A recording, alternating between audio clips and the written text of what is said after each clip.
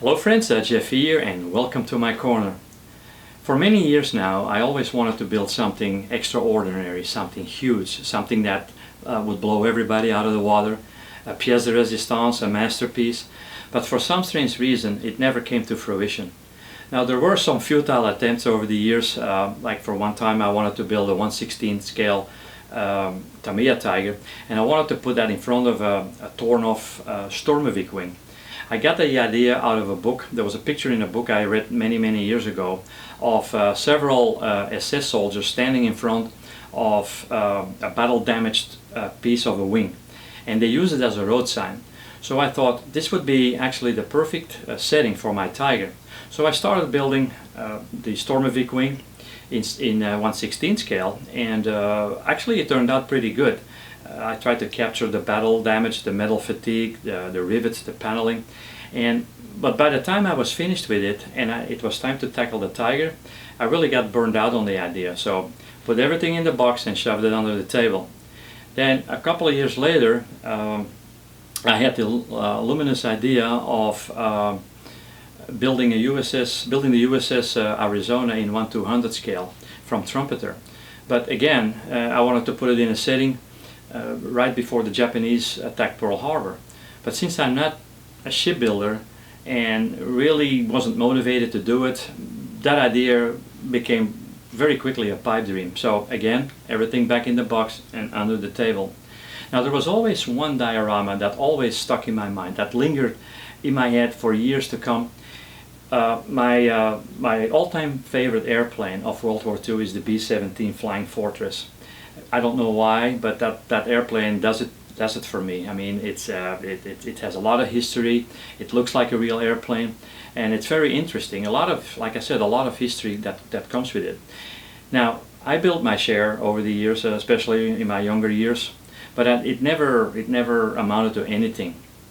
Now, in the mid-70s, if I'm correctly, it was about 1975, Monogram released their version of the B-17 in 1/48 scale. And man, I can tell you, 1/48 scale, that really was something back then. Sure, it had some flaws. It had raised panel lines, but we weren't all that picky back then. But again, not really a big deal. But what really struck me was the color profile that was included in the box. It was Shep Payne's interpretation of the model, a crashed B-17, and that did it for me. Now, Shep Payne is still to me the godfather of scratch building and of weathering techniques, and even today his work holds up. It holds its value.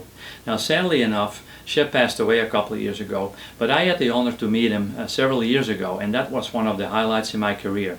So back to his diorama. He had this wonderful diorama. He created this wonderful diorama of a crashed B-17, and I always wanted to do something like that. I think like the crash site of an airplane, although sad or although dramatic, it still captures the imagination, you know. And if you do it right, you can turn this thing into a masterpiece. So did I try to copy him a few times? Yes, I did, but again, back then I didn't have the experience, I didn't have the skill, still don't, or I didn't have the tools to do it. Until recently, not recently, but several years ago, HK Models came out with their version in 32nd scale. Now, if you think that 48 scale rocked my boat, you can only imagine what this big boy was doing. So now is the time. Now is as good as ever. Now, with the start of my website, I thought this would be the perfect project to kick this off. So I would like to do a really detailed build. Now, as you could tell, big box, big pieces, big job. So it's going to be a long, drawn-out build, but I would like to at least cover every aspect, like the construction, the battle damage, the super detailing, the painting, the weathering, the chipping, and I want to capture all this and share that with you. I'm also going to incorporate my own dramatic perception of the scene by creating and sculpting my own figures.